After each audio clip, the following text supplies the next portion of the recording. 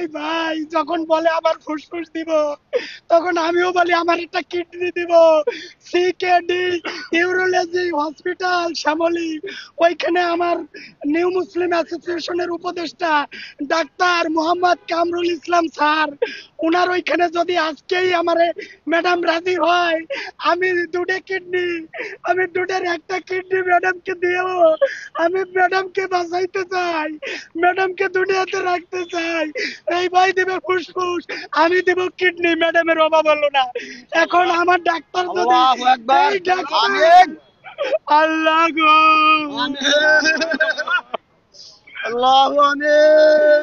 এই পাগলটাকে আপনারা থামান।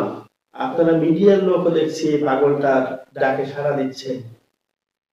আমার মনে হয় বিএনপি কে ওই পাগলটাকে থামানো উচিত, কারণ এরা এই পাগলটা ব্যঙ্গ করছে আমার হিসাবে। ও ফুসফুসি দিতে যাচ্ছে, ফুসফুসিটা নেন তো, ওকে ক্লিনিকে নিয়ে যান, নিয়ে বলেন টেস্ট করাতে হবে, ফুসফুসি নিতে হবে, নেন, দেখেন কি করে।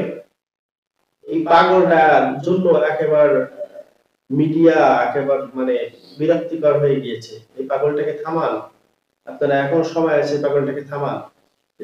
এ ইসলামকে নিয়ে কটূক্তি করতেছে, জায়নামাজের উপরে দাঁড়িয়ে একবার সিজদা দিচ্ছে, একবার দোয়া পড়ছে, বিভিন্ন সূরা বলছে, আবার ঢঙের কান্না কাঁদতেছে, চোখে পানি নাই।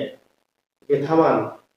আপনার এর জন্যই যে দেশ নেত্রী বেগম খালেদা জিয়া অসুস্থ হয়েছেন, যে মন থেকে যে একটি দোয়া, মন থেকে যে একটি চাওয়া যে তিনি সুস্থ হন, এটা ওর ভিতরে আছে কিনা দেখেন একটু। একে থামান, এখনো সময় আছে।